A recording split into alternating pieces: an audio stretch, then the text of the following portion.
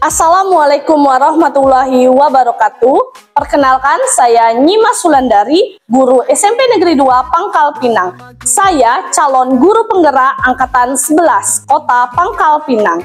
Di sini saya bersama rekan-rekan saya akan melakukan desiminasi modul 1.4 budaya positif sekolah. Di sini saya akan menyebarkan pemahaman akan budaya positif kepada rekan-rekan guru lainnya. Selamat menyaksikan. Dan selalu menggerakkan. Mari bergerak bersama guru penggerak, menebar manfaat bagi pendidikan merdeka. Lekas bergerak dalam pendidikan penggerak, ciptakan generasi unggul penopang bangsa. Mari bergerak. Assalamualaikum. Sukses ya. Assalamualaikum.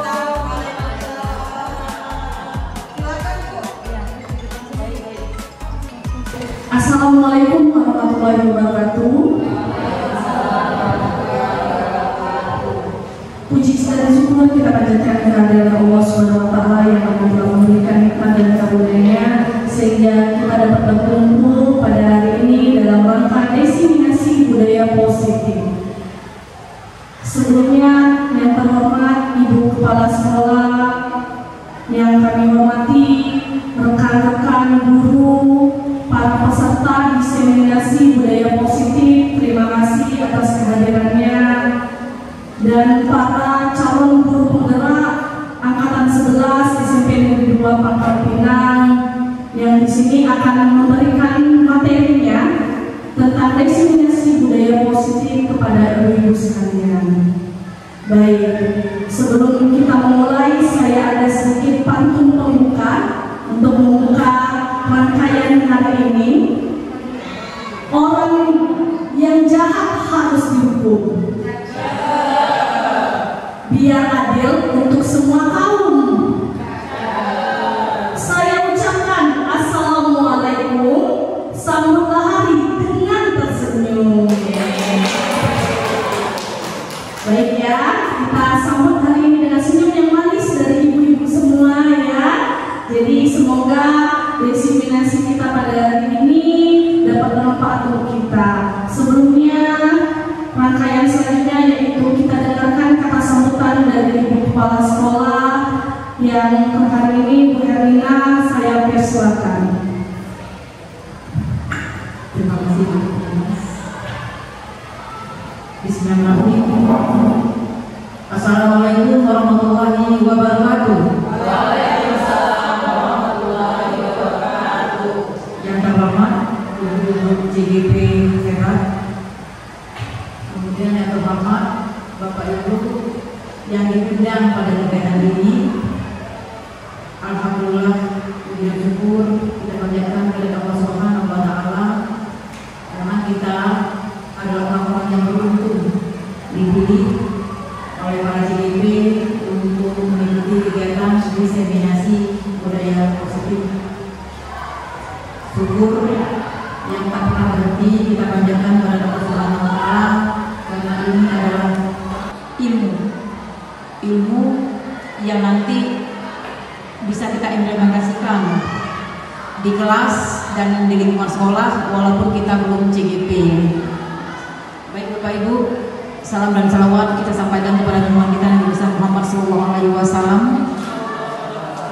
Semoga kita pun kelak menjadi orang-orang yang beruntung mendapat syafaatnya di hari akhir nanti. Bapak Ibu, tidak ada bapaknya ya ibu-ibu semua ya. CGP ini calon guru penggerak. Kondisinya sekarang CGP ini sedang belajar memenuhi 4 potensi guru. Yang kita tahu itu ada 4 potensi guru itu apa kemarin? Pedagogi, profesional, kepribadian dan sosial. Nah, guru-guru CGP disebut guru hebat karena tambah potensinya ditambah, yaitu bagaimana guru CGP itu bisa mengembangkan diri sendiri dan orang lain. Yang kedua,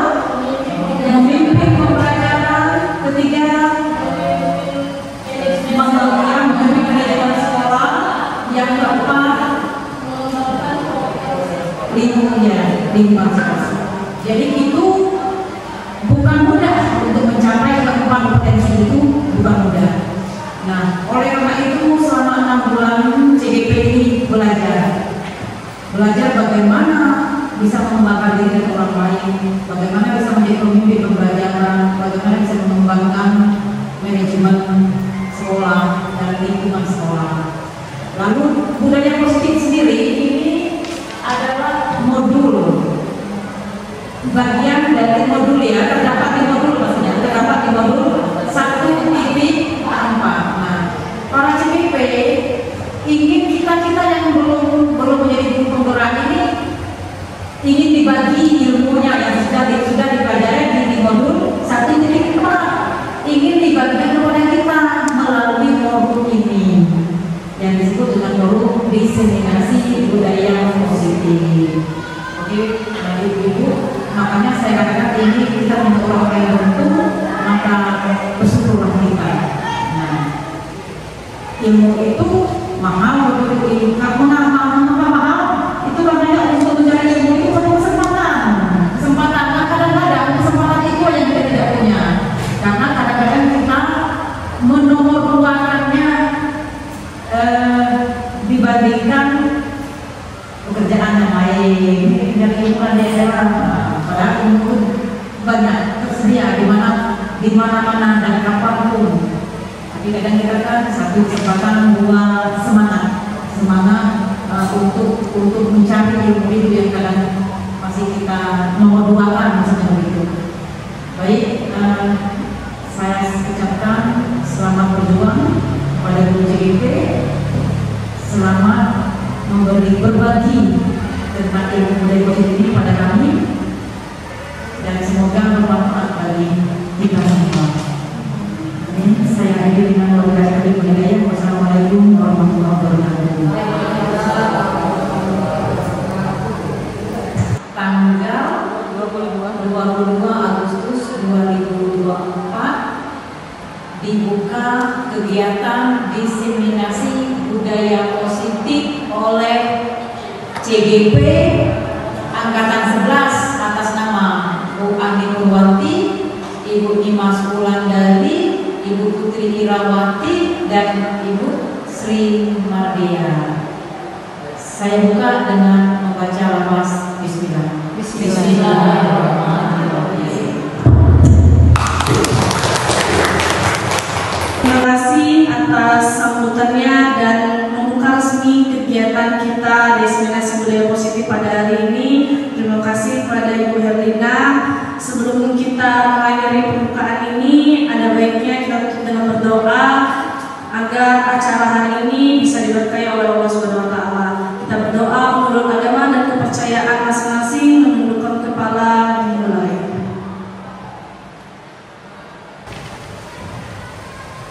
Berdoa selesai. Baik. Untuk rangkaian pembukaan hari ini kita sudah selesai. Kita lanjut ke kegiatannya, yaitu diseminasi budaya positif. Sebelumnya kami perkenalkan diri kami dulu. Jadi di sini ada Ibu Ani Purwanti, silakan berdiri. Oke. Lalu ada saya sendiri, Nimas Wulandari, dan ada Ibu Putri Irawati. Jadi kami bertiga ini mengenalkan diri bahwa kami sekarang menjalani pendidikan calon guru penggerak angkatan 11, dan memang ada 4 seperti yang disampaikan Ibu tadi, ada 4 CGP di SP 2 yang di angkatan 11 ini. Salah satunya yaitu Ibu Sri Mardia juga. Jadi di sini sebelum kita lanjut ke materinya, nah jadi kita ada kesepakatan forum dulu. Sebelum itu nanti kita sepakatin dulu. Ini ada beberapa contohnya. Silakan minta bantuan Ibu Putri untuk menulisnya. Nah, jadi yang pertama kira-kira apa kesepakatannya? Silakan Ibu boleh angkat tangan. Kira-kira kita selama kurang lebih hampir 1 jam lebih kita akan melakukan diseminasi ini. Kira-kira kesepakatan bersamanya apa? Boleh kita sepakat bersama? Silakan angkat tangan Ibu. Oke, Ibu Desi silakan dulu sebelum keluar. Izin dulu sebelum keluar. Oke.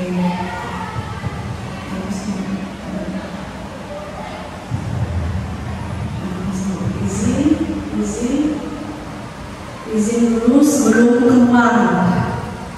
Baik. Ada lagi? Nah, Bu Eni, silakan Bu Eni. HP di silent nomor 2 Bu Ani. HP mode silent ya, Ibu, Bapak-bapak. Mode silent. Baik. Ada lagi Ibu? Ibu-ibu, kita sepakatin. Jadi selama rangkaian ini, inilah yang akan kita patuhi, yaitu kesepakatan kita bersama. Ibu Desiana, silakan Ibu Desiana. Tidak boleh main HP. Jadi fokus ya. Tidak main HP itu fokus, harus fokus. Fokus, tidak bermain HP atau tidak bermain HP ya. Oke, ada lagi? Ada lagi Ibu-ibu? Bu Fitri, silakan. Oke, kalau ingin berbicara mengangkat tangan. Baik, angkat tangan dulu sebelum berbicara. Oke, ada lagi? Saling menghargai, bintang. Baik, saling menghargai pada saat ada yang berbicara, saling menghargai. Oke.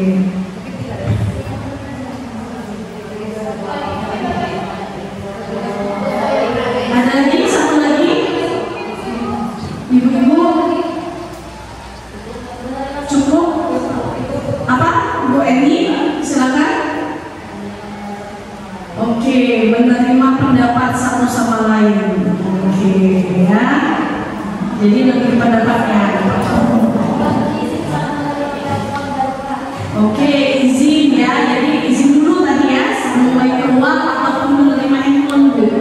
Izin saat keluar atau menerima telepon. Oke. Baik, kita sudah ada 6 kesepakatan dulu ya untuk forum destinasi hari ini. Yang pertama saya bacakan, izin dulu sebelum keluar dan menerima telepon. Sepakat ya? Oke. 2, HP mode silent. Oke. 3, fokus. 4, angkat tangan sebelum berbicara. Sepakat?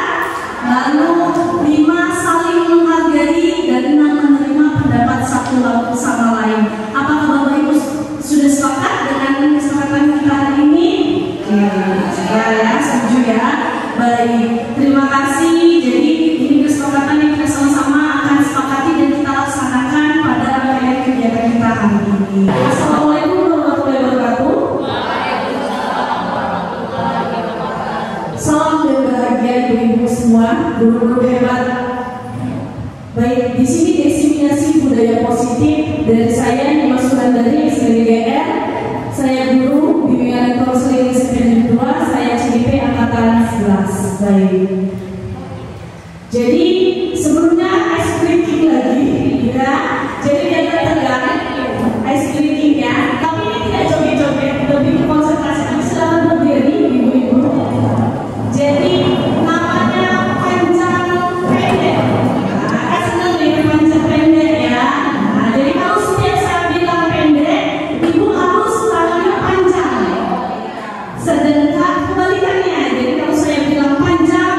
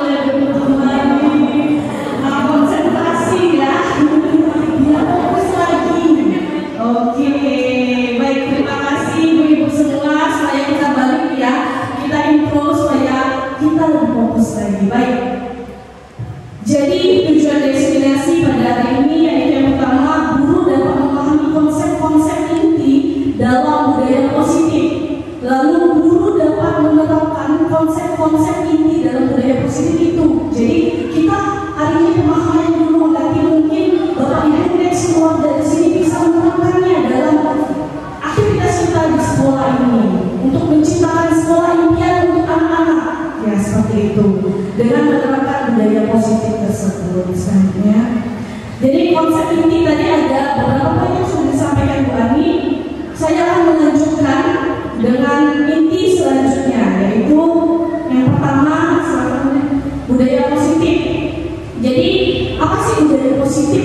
Ya, jadi budaya positif itu perwujudan dari nilai-nilai kebajikan atau keyakinan universal di sekolah. Jadi di sini perwujudan. Jadi memang kita melakukan kenyataan kegiatan-kegiatan yang membangun budaya positif itu. Pernah dengar kan? Bisa karena terbiasa menjadi budaya. Nah, budaya positif ini yang kita perlahan, bukan hanya saya, tapi kolaborasi dari semua sektor kita semua, dari warga sekolah, baik kepala sekolah, pemangku kebijakan, bapak ibu guru, bahkan TU, bahkan stakeholder dan orang tua untuk menerapkan budaya positif.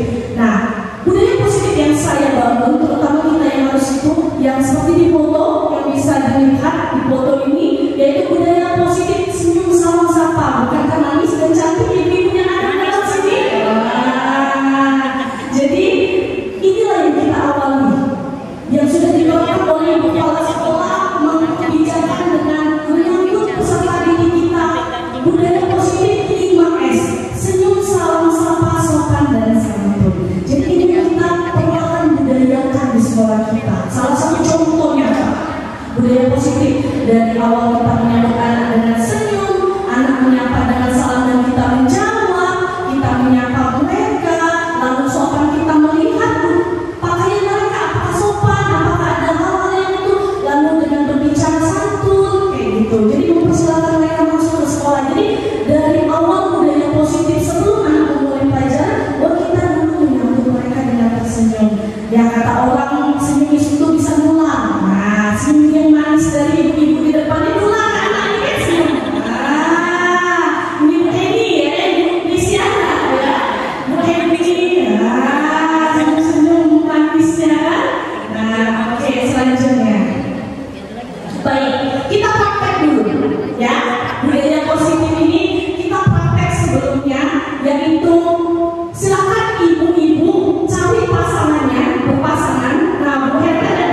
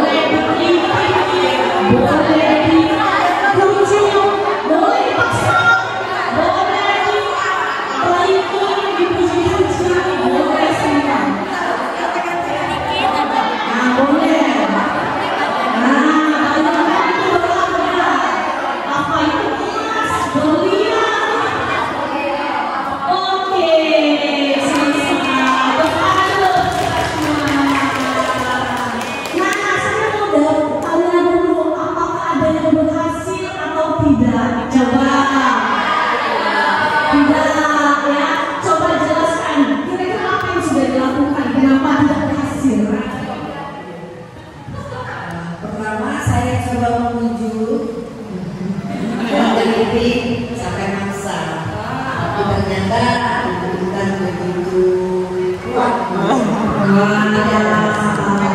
Baik, boleh diceritakan ke Bu Intan? Coba Bu Intan, kenapa Bu Intan tidak mau memberikan apa yang berharga itu? Coba ceritakan. Silakan Bu Intan. Mengapa kita tidak mau memberikannya kepada saya? Nah, coba. Karena sesuatu itu sangat berharga buat saya. Apa yang lebih kepo ya? Ini juga jelaskan. Keluarga. Oke, baik, tepuk tangan untuk Bu Intan dan Bu Vivi. Satu lagi coba Ibu, ada yang mau bercerita? Apa lagi? Oke, siapa? Bu Nur, tadi semangat banget. Semangat, dan mau dikasih ke Reni. Ya, nggak mau ngasih karena saya juga pada orang tua. Wow, boleh kan? Apa yang mereka itu? Ya, Tapi separuh dunia itu hilang. Jadi saya sangat mengenal kita. Kalau kita itu laki-laki mau dijodohin nggak?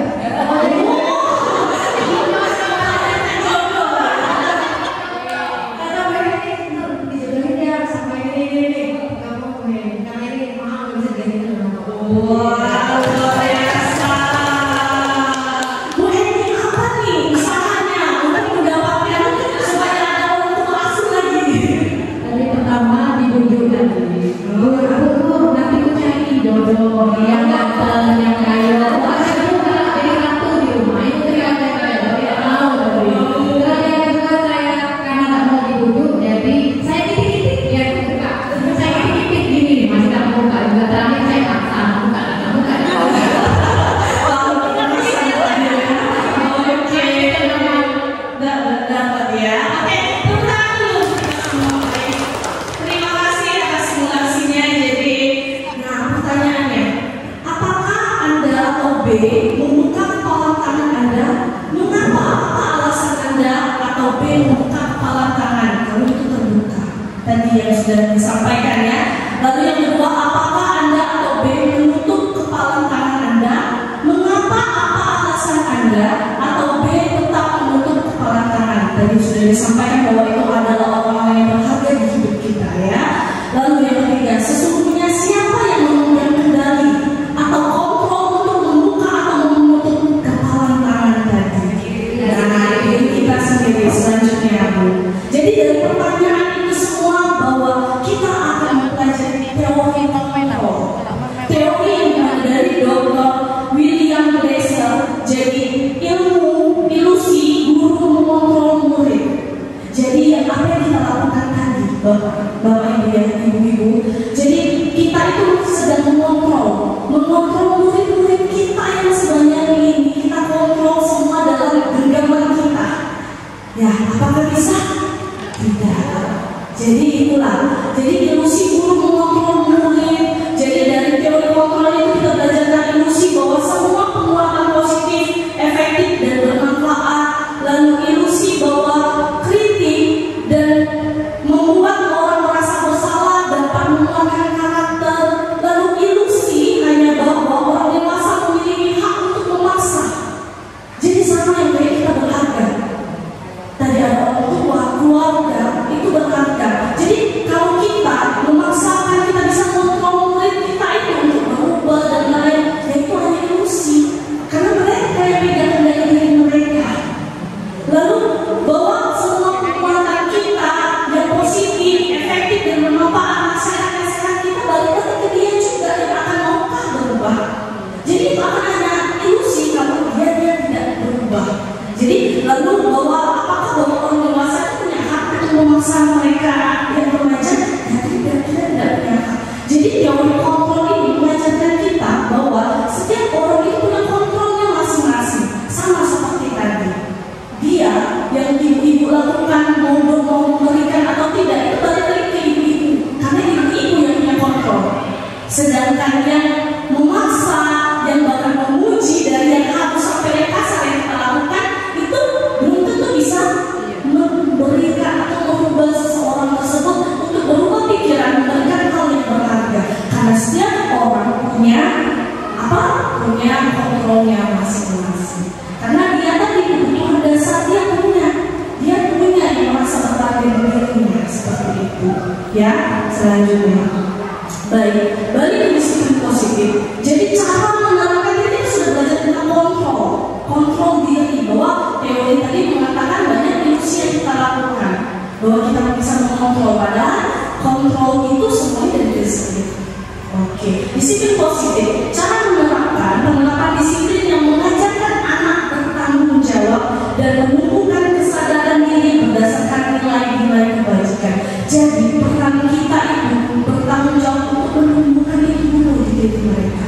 Karena untuk mengubah mereka tanpa mereka sadar atau punya niat untuk berubah, ya tidak akan bisa.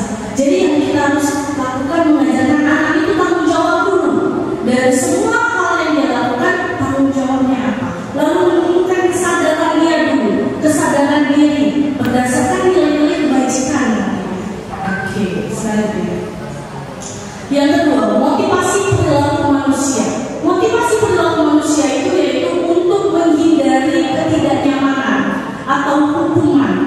Jadi jangan sampai motivasinya karena hukuman kayak gitu, atau untuk mendapatkan imbalan atau penghargaan, atau untuk menjadi orang yang mereka inginkan dan menghargai diri sendiri dengan nilai-nilai yang mereka percayai.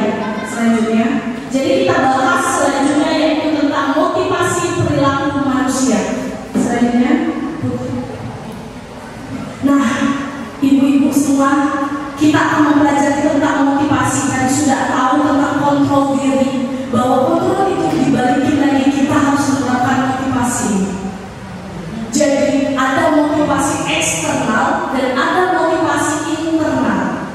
Nah, motivasi eksternal yaitu untuk menghindari ketidaknyamanan atau hukuman. Lalu yang kedua, untuk mendapatkan imbalan atau penghargaan. Nah, yang inilah yang kita selama ini mungkin, apakah Bapak Ibu sekalian masih menggunakan reward dan punishment? Apakah Anda berubah? Mungkin ada yang tidak, ada yang berubah ya. Nah, tapi berubah itu ada sementara, Bu. Karena apa? Ini dia hanya untuk dua ini. Jadi tidak bertahan lama karena motivasinya dari eksternal, dari luar. Jika Bu Eni memberi aku hadiah, aku akan semangat belajar. Tetapi kalau aku tidak dikasih hadiah, untuk apa? Jadi masih ada iming-iming. Itulah kenapa di dalam yang kami pelajari, reward dan punishment itu tidak sebaiknya digunakan. Karena kenapa? Anak akan tumbuhnya bukan motivasi fisik, tapi motivasi ekstrinsik. Nah, contoh, kamu tidak kerjain PR, nanti dihukum, mesti WC. Nah, nanti kita belajar tentang apa tidak hukuman, konsekuensi dan restitusi selanjutnya. Nah, mereka melakukannya hanya karena tidak nyaman. Nanti kita marah, nanti aku dihukum, nanti aku disuruh strike, dikerjain lah besoknya. Besoknya lagi tidak, karena sudah ada dihukum lagi. Untung ibu tidak masuk. Nah, jadi itulah motivasi eksternal. Tapi ya kita harus tumbuhkan motivasi internalnya untuk menjadi orang yang mereka inginkan dan menghargai diri sendiri dengan nilai-nilai yang mereka yakini. Jadi kita harus tanamkan dulu nilai-nilai itu tadi. Itulah kenapa kita buat keyakinan jelas supaya mereka tahu dulu nilai diri dia. Agar kenapa yang mau mereka seandainya mereka tidak mengerjakan PR seandainya, atau contoh mereka naik motor nih, kan kita harus pakai helm nih. Apa nilai kebajikan yang ada di dalam itu, ibu? Kalau kita nih ada aturan ya, bahwa aturan itu membuat kita harus naik motor itu pakai helm. Kira-kira nilai kebajikan yang ada di dalam situ supaya apa? Nilai apa? Pintar, nilai keselamatan apa lagi, Mbak? Oke, keselamatan. Sudah itu ada lagi nilai apa? Supaya kita pakai helm itu apa? Keamanan. Lalu ketertiban. Nah, luar biasa, ibu semua sudah paham. Jadi nilai itu yang kita tanam, bukan aturannya. Kamu harus pakai helm, tapi dia tidak paham makna pakai helm itu apa. Bahwa nilai itu, bahwa keselamatan ya, keamanan, kesehatan dirinya juga anak nggak langsung angin kan. Nah itu yang harus kita tanamkan pada anak-anak kita selanjutnya. Nah ini yang akan saya bahas, hukuman atau konsekuensi. Kita sama-sama ya, kita pilih. Nah ini ada beberapa contoh, nanti ibu-ibu boleh angkat tangan, ini kira-kira hukuman atau konsekuensi. Mencatat 100 kali di dalam buku kalimat, saya tidak akan terlambat lagi karena terlambat ke sekolah. Hukuman atau konsekuensi? Oke, hukuman ya.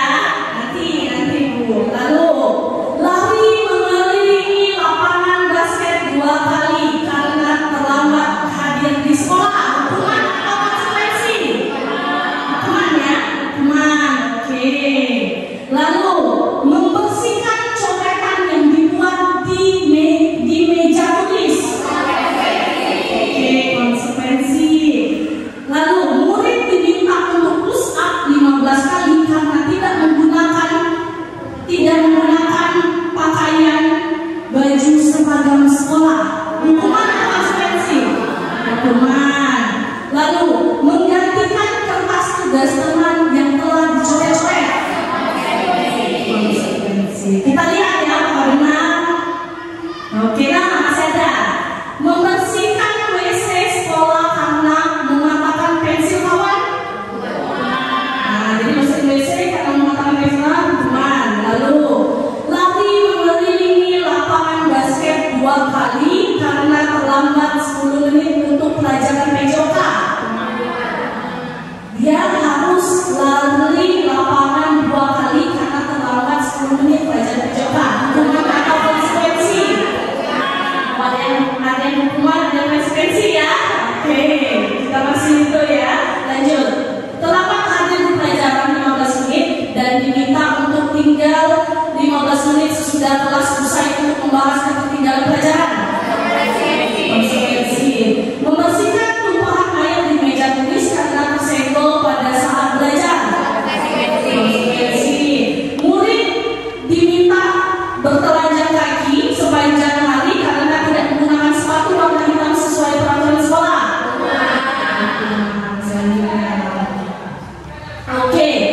Oke, jadi tadi sudah kita ituin. Jadi intinya gini, balik lagi ya. Oke, jadi yang ini ya ibu-ibu, jadi hukuman kita bahas hukuman konsekuensi. Jadi hukuman itu sesuatu yang menyakitkan harus terjadi. Nah tadi yang kita baru bahas kayak dia terlambat 10 menit dari pelajaran olahraga, disuruh lari, itu adalah salah satu konsekuensi karena itu nyambung dengan pelajarannya. Tetapi kalau dia terlambat lari itu yang tidak boleh karena itu adalah hukuman. Jadi hukuman sesuatu yang menyakitkan harus terjadi, lalu tidak nyaman untuk murid atau anak untuk jangka waktu yang panjang. Lalu korban mendapatkan keadilan. Jadi ini ada anak seandainya 2, dia melapor, dia digaul oleh temannya. Lalu kita buat anak itu mencuci WC, dia ada kepuasan, merasa diadili, itu hukuman. Karena kenapa? Korban itu merasa adil. Nah, padahal kita menanamkan perilaku tanggung jawab, bukan untuk membalas. Lalu murid atau anak akan tersakiti. Nah, beda dengan konsekuensi. Jadi dalam disiplin ini kita menerapkan konsekuensi dan restitusi. Konsekuensi dan restitusi itu adalah sesuatu harus terjadi. Jadi kayak tadi dia harus lari karena telat pelajaran olahraga, itu konsekuensinya. Atau dia harus pulang, dia datang telat 15 menit, dia harus pulang lebih lama 15 menit, itu konsekuensi. Karena apa yang dia lakukan itu nyambung dengan tingkah laku yang salah. Lalu korban bisa diabaikan. Nah itu konsekuensi.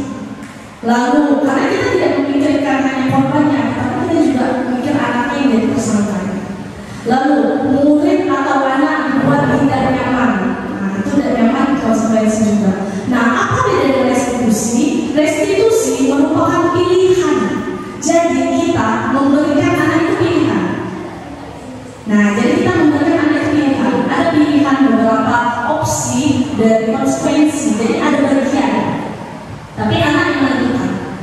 Lalu menguatkan untuk murid atau anak dalam jangka waktu yang panjang. Lalu korban mendapatkan ganti. Lalu murid atau anak mendapatkan penguatan. Selanjutnya. Lalu murid atau kalau hukuman tadi, ini bagian ini hukuman masih murid atau anak belajar menyembunyikan kesalahan. Jadi kalau dihukum anak itu pasti menyembunyikan nantinya. Jadi kalau mereka kayak mengerjain PR, dia dengan takut dihukum, jadi dia akan bolos. Nah itu hukuman. Lalu mencoba mengontrol anak dengan perbuatan negatif, membayar impas kesalahan, jadi tidak boleh membayar impas kesalahan itu. Lalu dampak pada murid, marah, merasa bersalah, rendah diri, mengasingkan diri. Lalu tiba-tiba tidak diharapkan atau sangat melukai. Jadi itu hukuman bagian. Kalau bagian dari konsekuensi yaitu murid atau anak belajar taat peraturan, lalu mencoba mengontrol anak dengan penguatan positif. Jadi pakai kalimat positif, kehilangan hak waktu jeda seorang diri atau time out atau penahanan, lalu sudah diketahui masuk akal. Jadi gini, kalau beda hukuman salah satunya dengan konsekuensi. Kalau konsekuensi itu sudah disepakati, jadi tidak tiba-tiba. Seandainya contoh, ibu membuat keyakinan kelasnya, buat juga konsekuensinya apa, dan disepakati bersama. Jadi kita memberi itu tidak serta-merta kita yang berpikir, tapi anak itu sendiri. Contoh, anak tidak sholat, kita kan memudahkan sholat zuhur nih. Konsekuensinya apa? Atau jadi anak itu harus sholatnya di ruang guru? Sepakat nggak anak-anaknya? Atau jadi imam pada saat sholat? Tapi disepakati dulu, itu konsekuensi. Tapi kalau hukuman, kamu tidak sholat, kamu langsung sholatnya di sini, tidak bisa, walaupun memang sama. Tapi harus ada kesepakatan dan ketahui anak itu. Itulah konsekuensi. Kalau hukuman itu tidak ada tertulis, tidak ada disepakati, langsung diberi. Nah itu, dan biasanya tidak ada hal mendidik di dalam situ. Itu yang membedakan antara hukuman dan konsekuensi salah satunya. Lalu, nah beda dengan restitusi. Murid atau anak belajar memecahkan masalah, jadi mereka yang berpikir, kita hanya menstimulasi. Nah kalau konsekuensi kan kita juga mengarahkan mereka kan, maksudnya kita juga gimana baiknya ini nak, gimana baiknya itu, setuju pasti sudah itu konsekuensi. Tapi kalau restitusi kita benar-benar tidak begitu, kita memang menstimulasi mereka, membantu mereka, mereka yang berpikir, kita hanya menerima yang itu. Nah baru kita sepakati bersama. Nah lalu anak paham bahwa dirinya sendiri yang pegang kendali atau kontrol. Lalu murid atau anak tidak kehilangan waktu, namun bersemangat untuk memperbaiki diri.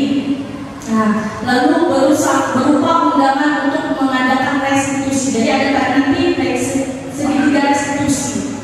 Nah, itu yang dilakukan selanjutnya. Nah, yang hukuman juga menyambung murid atau anak membenci peraturan jadinya. Nah, sedangkan kalau konsekuensi murid atau anak menghormati peraturan. Tapi kalau restitusi murid atau anak menghormati dirinya dan orang lain. Jadi bukan fokusnya ke peraturan tapi ke dirinya. Bahwa kalau aku melakukan itu diri aku capek. Jadi dia menghargai dirinya dan orang lain juga akan merasakan kerugiannya karena mengurusi masalah-masalah tersebut. Nah, kalau hukuman yang di situ, hukuman yang di sini itu negatif. Awas kalau kita kalimatnya, awas kalau dilakukan lagi ya, nanti awas kamu, hukuman. Tapi kalau netral, kalau yang konsekuensi, lakukan apa yang saya katakan. Tapi kalau yang positif, apakah hal ini yang sesungguhnya ingin kamu lakukan? Nah gitu. Lalu mode paksaan, kalau konsekuensi, stimulasi dan respon yang saya bilang tadi, stimulasi dan respon juga. Nah tapi kalau kalau restitusi itu teori kontrol tadi, bahwa kita hanya ibaratnya menstimulasi, kontrolnya tetap dia. Lalu mendorong dan menyalahkan diri kalau hukuman. Lalu konsep dirinya buruk. Kalau tadi yang di tengah konsekuensi mendorong kepatuhan atau konsep diri yang baik. Kalau restitusi mendorong disiplin positif dan konsep diri yang kuat. Selanjutnya.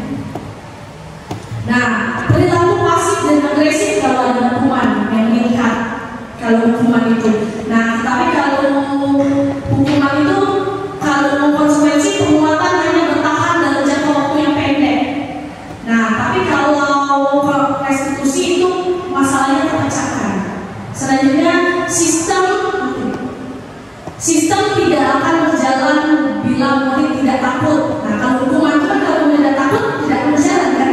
Nah, tapi kalau konsekuensi memerlukan monitoring dan supervisi terus-menerus dari guru. Jadi ya kalau konsekuensi kita pantau terus memang tidak kita bisa lepaskan. Nah, tapi dalam restitusi murid belajar bertanggung jawab untuk perilakunya. Nah, tapi untuk tahap restitusi ini memang perlu perlahan. Kita dari konsekuensi dulu kita latih untuk tumbuh nilai-nilai universal dan kebajikannya.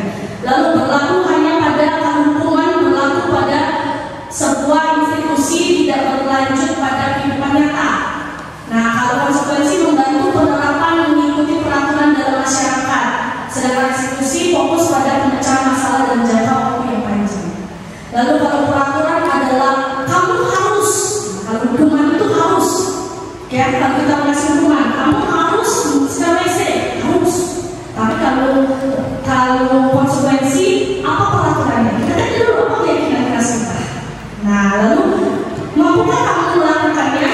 Lalu kita kasih terima kasih. Kalau dia sudah melakukannya, konsekuensinya kita terima kasih. Terima kasih kamu sudah melakukan konsekuensi tersebut. Jadi tetap kita hargai diri. Tapi kalau restitusi, apa yang kamu yakini? Lalu apa yang bisa kamu lakukan untuk memperbaiki masalah ini? Jadi lebih dia yang berpikir. Kalau konsekuensi itu sama, gitu.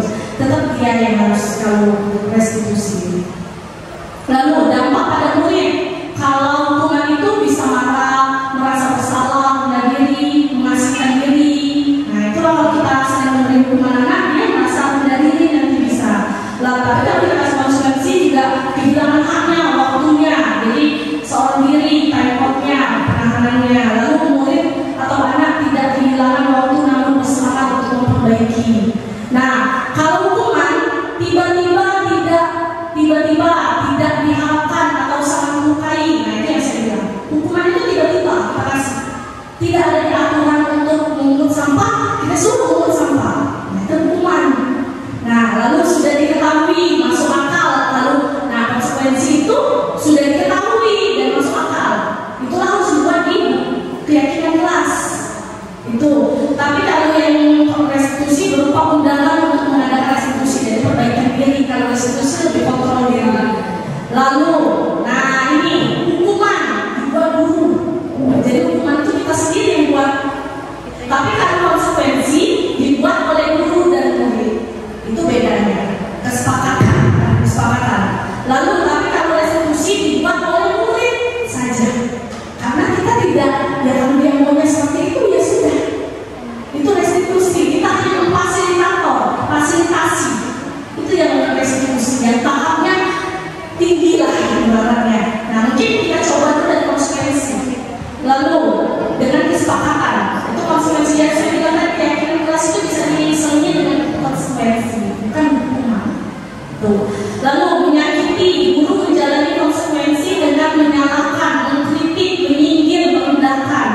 Nah, tapi kalau konsekuensi membantu guru menyatakan peraturannya, melakukan peringatan, menerapkan konsekuensi. Jadi peringatan dulu kalau dalam konsekuensi, tidak langsung eksekusi dan istilahnya gitu. Lalu kalau restitusi menguatkan guru, menyebutkan keyakinan kelas, membimbing, kerangka acuan berpikir, restitusi. Oke, ini perbedaan antara hukuman dan konsekuensi. Hukuman bersifat tidak terencana, saya bilang tadi. Hukuman bersifat satu arah. Hukuman diberikan bisa berupa fisik maupun psikis, kita menghina anak seperti itu. Kayak dia ada pakai baju keluar, kali, kayak gembel deh, baju keluar, karena kayak gembel, bukan sampah. Hukuman, karena tidak ada kesepakatan dulu sebelumnya. Lalu konsekuensi sudah terencana atau sudah disepakati, sudah dibahas. Jadi membuat kelas atau membuat apa, silakan buat kesepakatan dulu di kelas sebelum memulai pelajaran. Lalu umumnya bentuk-bentuk konsekuensi dibuat oleh pihak sekolah dan murid sudah mengetahui sebelumnya. Itulah kenapa perlunya sosialisasi tata tertib atau peraturan. Karena harus tahu mereka, tidak bisa tiba-tiba. Lalu murid tetap dibuat tidak nyaman untuk jangka waktu pendek. Konsekuensi biasanya diberikan berdasarkan suatu data yang umumnya dapat diukur. Lalu sikap guru di sini senantiasa memonitoring murid. Jadi konsekuensi itu tetap memonitoring Bu. Jadi walaupun tadi contoh yang saya bilang tidak piket nih, jadi konsekuensi bersama harus buang sampah seandainya selama seminggu ya atau 3 hari. Ibu tetap harus lihatin gimana, maksudnya siapa kamu sudah buang sampah mana, ibu lihat gitu, tetap dipantau. Terima kasih ya kamu sudah buang sampahnya, nah kamu sudah bagus, nanti besok lagi.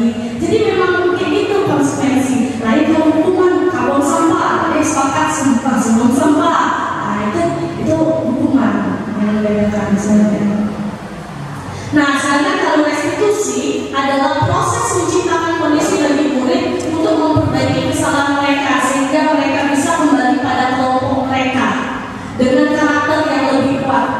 Nah, kalau restitusi itu kita membimbing anak hingga dia balik lagi, dia tidak merasakan, dia tetap salah, dia tahu salah, tapi dia merasa tidak diri bahwa dia akan salah terus tidak.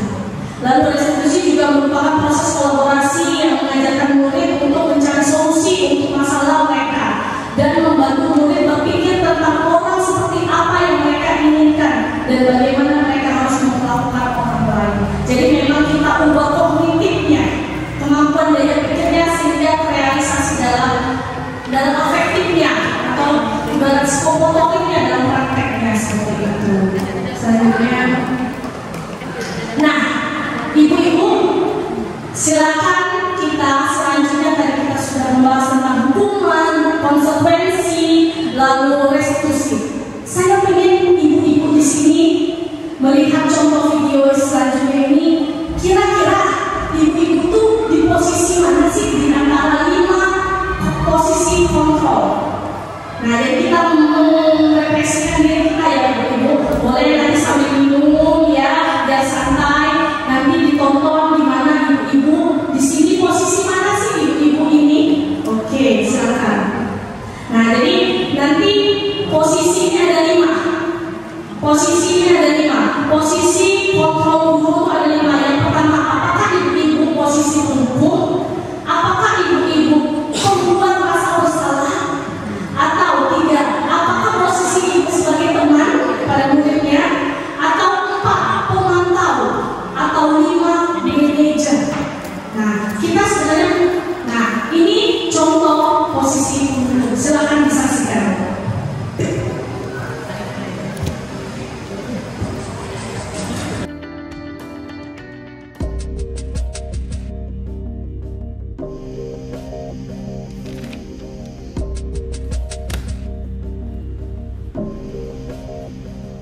Naren!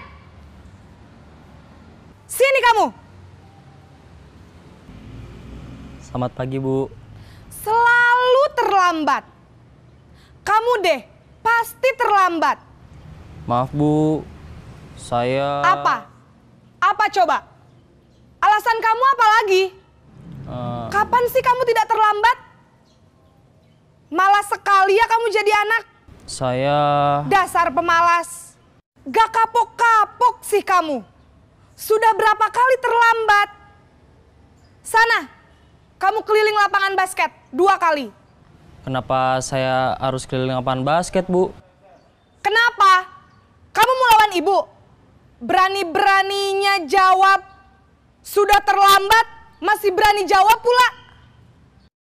Sekarang, keliling lapangan basket 5 kali sekalian. Biar kapok. Cepat, pergi sana ke lapangan basket.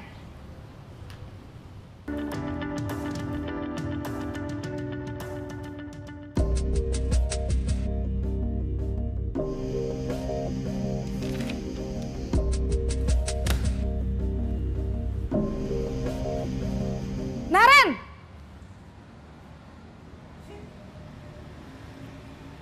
Selamat pagi, Bu. Naren. Kamu kenapa terlambat lagi, nak? Ya Tuhan, Naren. Kamu senang ya bikin ibu susah ya? Kalau kamu terlambat lagi, nanti ibu yang ditegur bapak kepala sekolah, nak. Disangka ibu tidak bisa membina kamu. Duh, gimana ini? Maaf, Bu. Duh Gusti Naren, Naren. Kamu suka ya kalau ibu ditegur bapak kepala sekolah? Terus, sekarang ibu harus tulis apa ini di buku absen? Ini kamu sudah sering terlambat loh. Ibu harus apa coba? Maaf Bu, maaf sekali. Ya sudah, lain kali jangan bikin ibu susah lagi ya nak ya. Ibu tidak akan kuat lagi kalau kamu begini terus. Bisa jantungan kalau ibu ditegur bapak kepala sekolah. Sana cepat ke kelas. Maaf ya Bu, maaf sekali.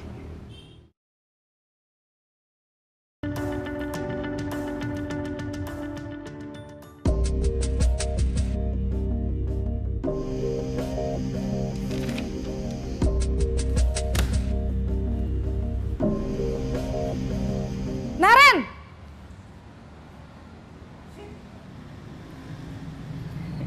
Selamat pagi Bu. Wah, sudah jam berapa ini nak? Terlambat lagi ya sayang.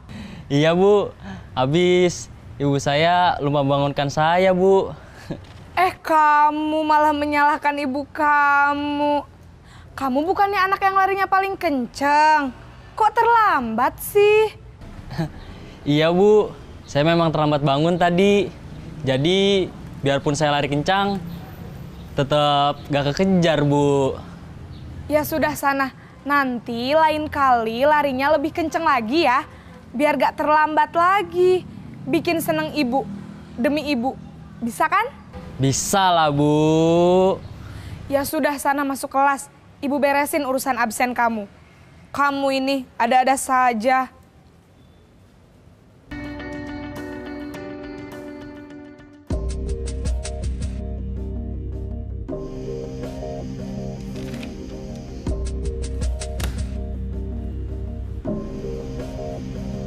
Naren!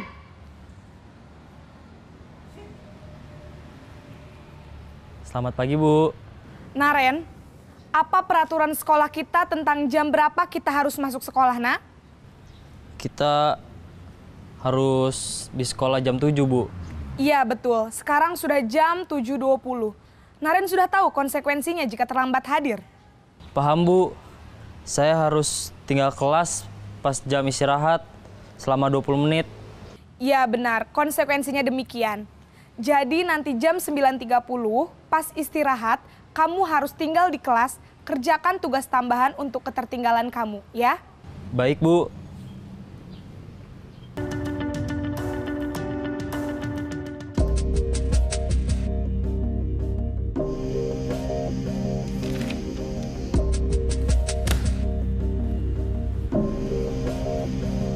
Naren!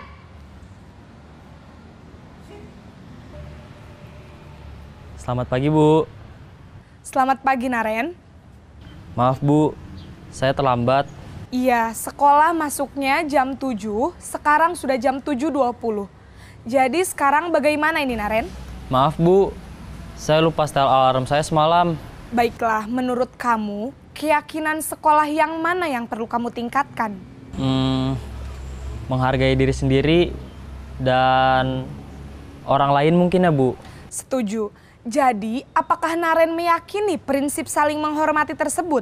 Iya Bu, saya meyakininya. Apakah Naren bersedia memperbaiki masalah keterlambatan ini? Bersedia Bu. Bagaimana kamu akan perbaiki masalah keterlambatan ini? Saya akan coba untuk tidak lupa menyetel alarm saya Bu. Baik, kalau Naren lupa menyetel alarm di rumah, ada orang yang kira-kira bisa bantu mengingatkan tidak? Ada Bu, kakak saya, Kak Ema. Ada lagi selain Kak Ema? Selain Kak Ema, ada ibu saya. Baik, jadi yang mengingatkan Naren adalah Kak Ema dan ibu kamu ya? Kira-kira akan mulai setel alarm kapan nih Naren? Setelah pulang sekolah, akan segera saya lakukan. Baik, jadi Naren akan setel alarm untuk bangun besok pagi dan akan diingatkan oleh kakak dan ibunda Naren ya. Ada lagi yang mungkin perlu dilakukan Naren? Agar tidak terlambat bangun lagi. Tidak ada Bu. Baik Naren, terima kasih untuk kerjasama kamu. Sekarang kamu perlu kembali ke kelas untuk belajar. Baik Bu, terima kasih. Bergerak bersama guru penggerak, menebar manfaat bagi pendidikan merdeka. Lekas bergerak dalam pendidikan penggerak, ciptakan generasi unggul penopang bangsa. Mari bergerak, lekas bergerak, dan selalu menggerakkan. Mari bergerak, lekas bergerak, dan selalu menggerakkan.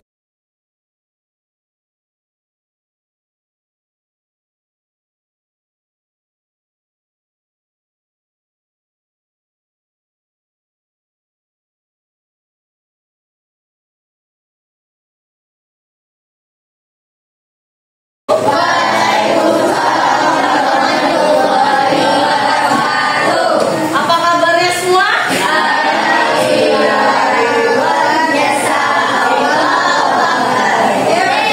Coba semangat pagi.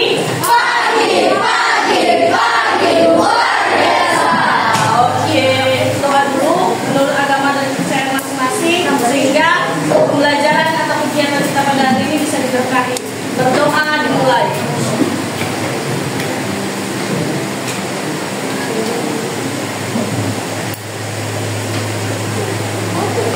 Doa selesai. Baik, jadi hari ini saya ingin mengajak kalian membuat keyakinan kelas, ya, atau keyakinan kelas lebih kepada memperdeka. Jadi ingin kalian itu bukan hanya mematuhi karena kalian ada tata tertib di SMP 2, tapi tujuannya saya pengen kalian tuh yakin memang sikap-sikap atau hal-hal tersebut memang benar, ya. Jadi sebelumnya saya ingin ajak kalian ice breaking dulu biar terkait, ya. Jadi supaya nggak tegang, namanya guru berkata, ya. Namanya guru berkata. Jadi setiap saya bilang ada guru berkata pegang hidung, pegang. Tapi kalau tidak ada guru berkata, saya pegang kepala. Tidak ada kata guru berkata, ya. Jadi saya diikuti. Siapa yang mengikuti berarti salah, kalah. Sudah senang, happy? Ya. Oke, sudah konsentrasi juga. Jadi kita lanjut, kita akan membuat kesepakatan atau keyakinan kelas, ya, supaya ini kita sama-sama membuatnya agar gimana kalian juga bukan hanya tenang sekolah di sini, tetapi memang benar-benar nyaman di kelas. Oke, jadi ini saya minta tolong kamu bagiin ke satu orang satu. Keliling saya. Nah, ini teman-teman minta tolong.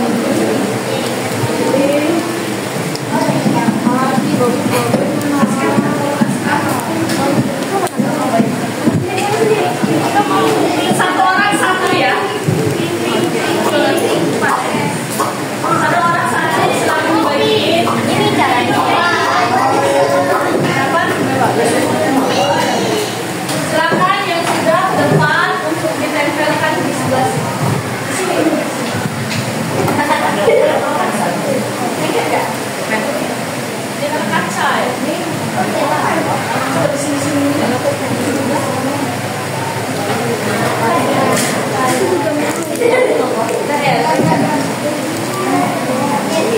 Iya. Berapa? Maksimal 3. Kalau 1 nggak apa-apa. Kalau 1 nggak apa-apa, nak. Ya, maksimalnya.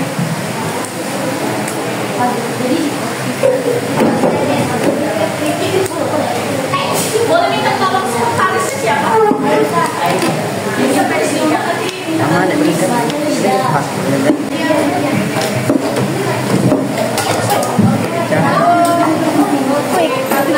Duduk sini adalah seperti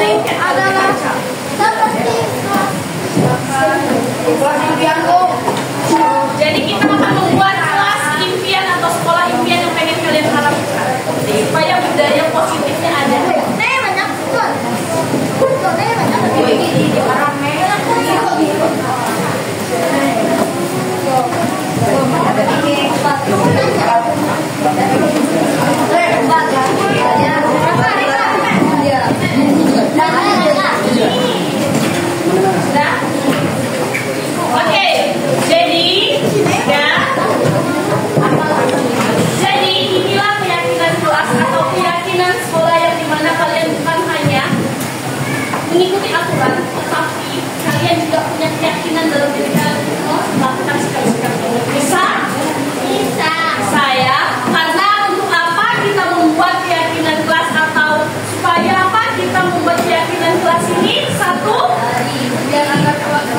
Oke, apa? Coba katakan susah.